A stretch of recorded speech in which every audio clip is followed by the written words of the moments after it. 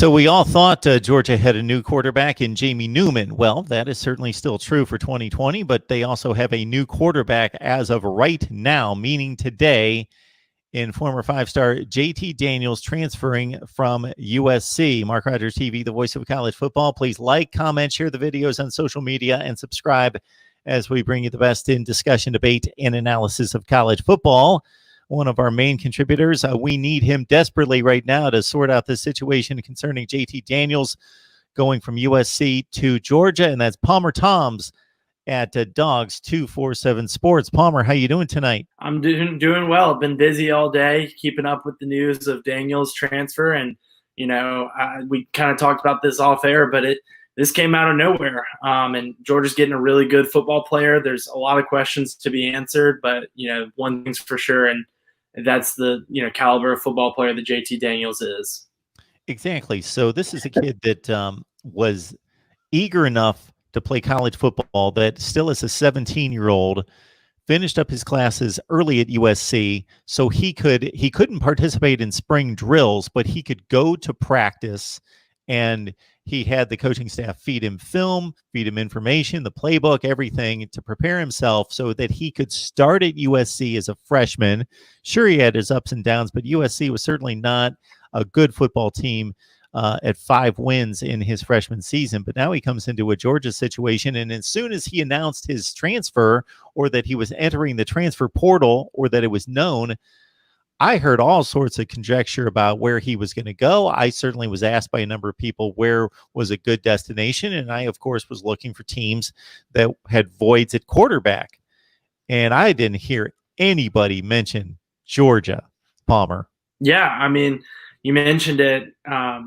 Daniels spent 3 years as the starting quarterback at Mater Dei High School in California. Was a 5-star coming out of there, reclassified. You see it in college basketball. You rarely do see it in college football.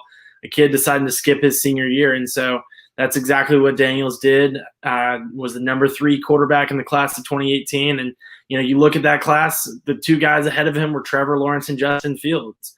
And, we've seen what both of those guys can do, making appearances in the college football playoffs this past season, and Lawrence winning a national championship the year before. I think Daniels was, like you said, eager to get into Southern Cal. And, once he got there, he won the job. He started 11 of 12 games that first year, and, started a 12th game in that next season. And I think there were really high hopes for him before he suffered his torn ACL in 2019. So what we don't know at this point, Palmer, is whether JT Daniels is going to be eligible to play in 2020 and compete for the job. We have all considered Jamie Newman to be the starter, capable player coming in from Wake Forest, taking over the offense. Todd Monken, of course, we expect a different offense this year, but back to JT Daniels. And do we have any consideration, anybody that you've talked to that would have some insight as to whether he's got a good claim to have that eligibility kick in for 2020?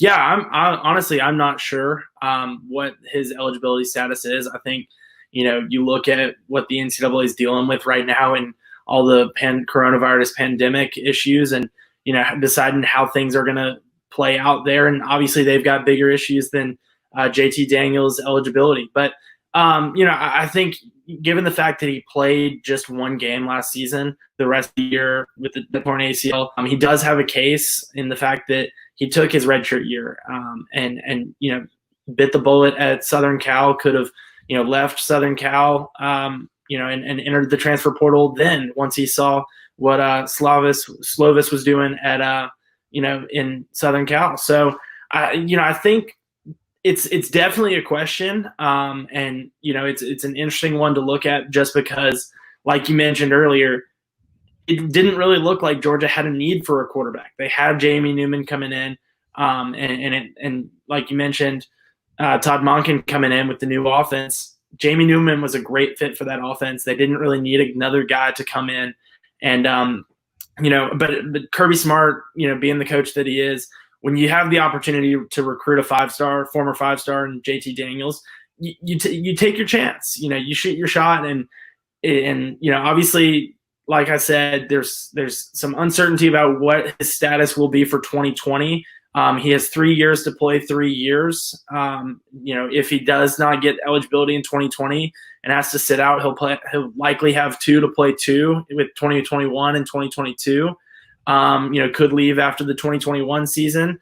And there's certainly an opening in that 2021 season for Georgia at the quarterback position. We mentioned Newman. I would guess even if Daniels has, gets the eligibility, that Newman has a little bit of a leg up. He was on campus. Obviously it was brief this spring, didn't get into spring practice, but he was on campus interacting with the team, interacting with coaches and workouts. And also you got to remember that Daniels is coming off of a torn ACL. And so while Newman has been working on his game, working on football, Daniels has been rehabbing his knee. And so, I do think that's one thing you have to take into consideration here.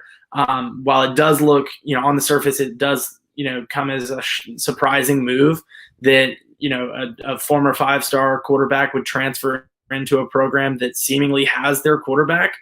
But this isn't necessarily a one-year stop for Daniels.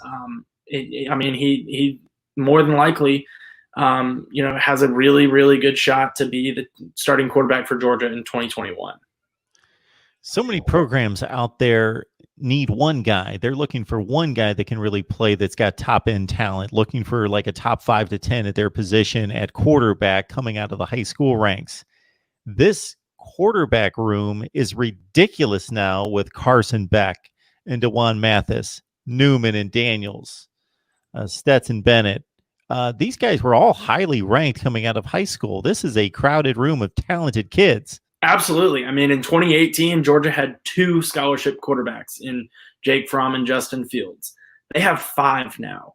And obviously, like I said, there's no guarantee that Daniels will be eligible. You may only have 4 eligible scholarship quarterbacks, but, looking ahead to the next season, in that 2021 season, Newman leaving as a grad transfer, they're supposed to bring in another 5-star quarterback in Brock Vandegrift, who's a local Athens product. And, that would bring the total to 5 for that year. So it's certainly a crowded room. Kirby Smart preaches competition. I think, especially if Daniels is eligible to play, there's going to be a true quarterback competition. That's something we really haven't seen at Georgia in quite some time. You saw it a little bit in that first season with Jacob Eason competing for the starting job as he came in as a freshman. But, that next season, there really was no question about who the quarterback would be entering and leaving fall camp too. It was going to be Jacob Eason, and Jake Fromm was going to sit. Obviously, injury happens to Eason and Fromm is the guy. And then as much as people may have looked at the Justin Fields and Jake Fromm situation as a potential for a quarterback battle, I really don't think there was much of a question for Kirby Smart there.